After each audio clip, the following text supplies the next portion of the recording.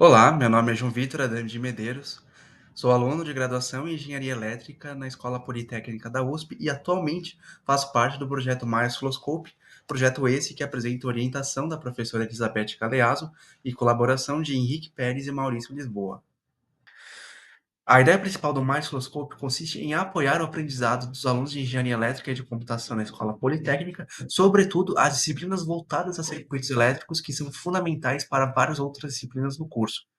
O objetivo é a simulação de atividades normalmente feitas em laboratório, com o uso de um kit de baixo custo que, mediante empréstimo, apoia o aluno no aprendizado prático de circuitos elétricos sem necessariamente estar no perímetro da USP, ou seja, que seja auxiliar às aulas de laboratório.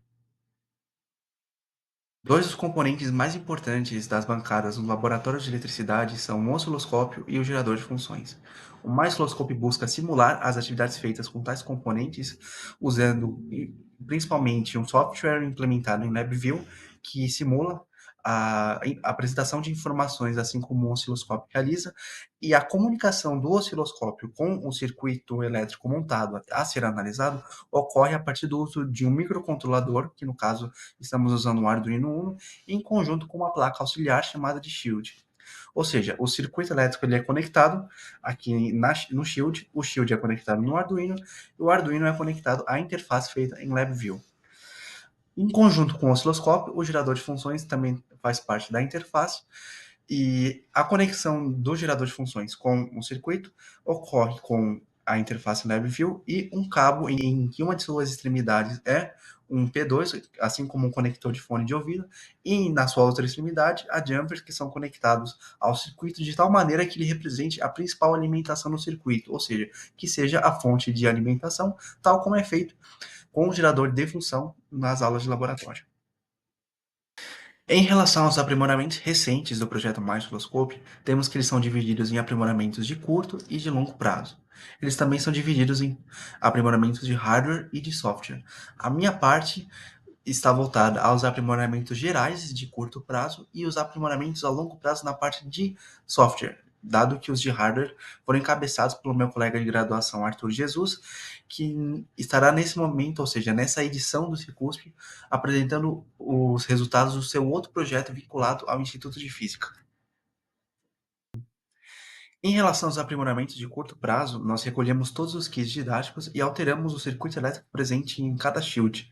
assim como também alteramos o código presente em cada Arduino. E também detectamos alguns erros que estavam presentes em algumas medições, principalmente a frequências mais altas em relação ao sinal de entrada, e também houveram melhorias na interface em LabVIEW.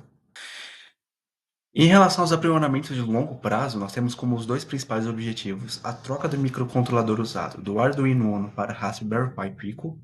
que usa o processador RP2040, e também a troca da interface usada, que atualmente é implementada em LabVIEW, para uma feita em Python, em que assim teremos uma interface com código aberto, ao mesmo tempo que não se tenha mais exigência de licença para usar o LabVIEW, ou seja, que alunos além da USP ou além de faculdades que tenham licença para usar programas em LabVIEW possam usar também o MyOscilloscope. A ideia aqui é que o LabVIEW dê lugar ao Python com suas bibliotecas PyQt5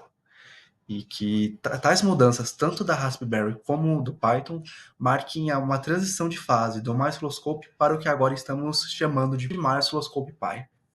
O diferencial que o MyOscilloscope apresenta em relação aos outros osciloscópios e que é algo que o MyOscilloscope Pi e a sua nova interface buscam herdar são as diferentes funcionalidades que o projeto apresenta, além da análise do sinal do domínio do tempo.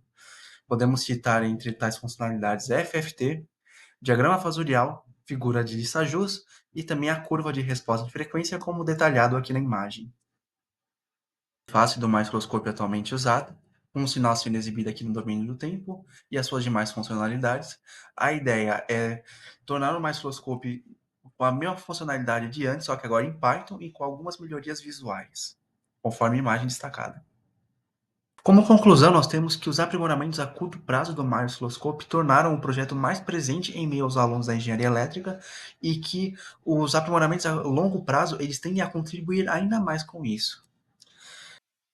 Deixo aqui os meus agradecimentos conforme imagem e também deixo um convite para o uso do MyOscilloscope. Muito obrigado.